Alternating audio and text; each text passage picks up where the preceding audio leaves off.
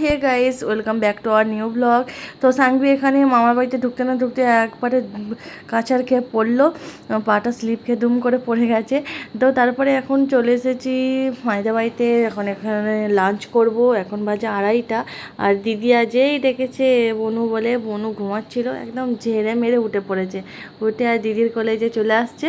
এই যে এখন একটুখানি আসবে, তারপরে আর যাবে না দিদি আর কাছে। দিদিয়া যদি কোলে করে জোর করে বাইরে ঘুরতে নিয়ে যায় তবেই মেয়েটা ঘুরবে, নাহলে দিদিয়ার কাছে আর যেতে চাইবে না। তো যেহেতু ঘুম থেকে উঠেছে, এখন আমার মেয়ে আমাকেও দেবে না, কাউকেও দেবে না, ওর বোনুকে নিয়ে এখন ও ঘুরে ঘুরে বেড়াবে। তো এখন ওর দিদি ভাইয়ের কাছে আদর খাক। আর এখানে যে আমার তুতুও ঘুমাচ্ছিল, আমাদেরকে দেখে তুতুও উঠে পড়েছে। তো আমরা এখন লাঞ্চ করতে বসে পড়েছি। আজকে কিন্তু বৌদি অনেক কিছু রান্না করেছে।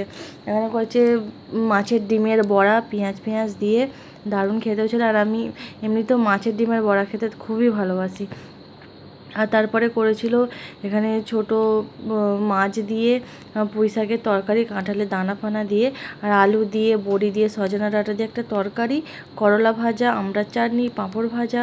তারপরে মানুকে নিয়ে বসে মানুকেও খাওয়ালাম, আমি একটুখানি ভাত খেয়ে নিলাম। তারপরে এই যে দু বোনের কি অবস্থা, এখানে বৃষ্টি হয়েছে মায়েদের পুরনো মন্দিরে, এখানটা দু বোনে বসে জল ঘাঁটছে।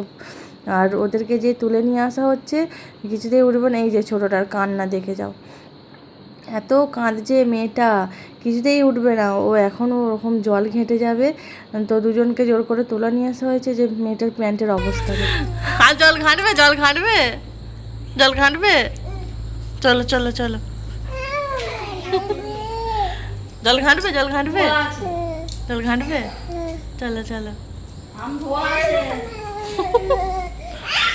তো তারপরে সন্ধ্যাবেলা আমি আর বৌদি একটু বাজারে গিয়েছিলাম, যেহেতু আমরা একটা জায়গায় ঘুরতে যাব, সেই জন্য কেনাকাটা কিছু করার ছিল।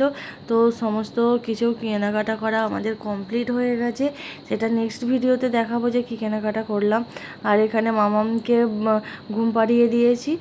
এখন রাতও অনেক হয়ে গেছে, ওকে যেহেতু ওর এক্সাম চলছে, তো ওকে পড়িয়ে ভালো তাড়াতাড়ি করে শুইয়ে দিয়েছি, নাহলে সেই 1টা-1:30 পর্যন্ত জেগে থাকে। আর এখন যেহেতু বর্ষাকাল, জামা কাপড় শুকাচ্ছেই না, এটা কালকের কাচা, তো চারিদিকে মিলে দিয়েছি জামা কাপড়গুলো। তো এখানে আমি রান্না করে নিয়েছি আজকে হচ্ছে আলু আর ঝিঙে, পেঁয়াজ দিয়ে একটা পোস্ত করেছি, ভাত করেছি।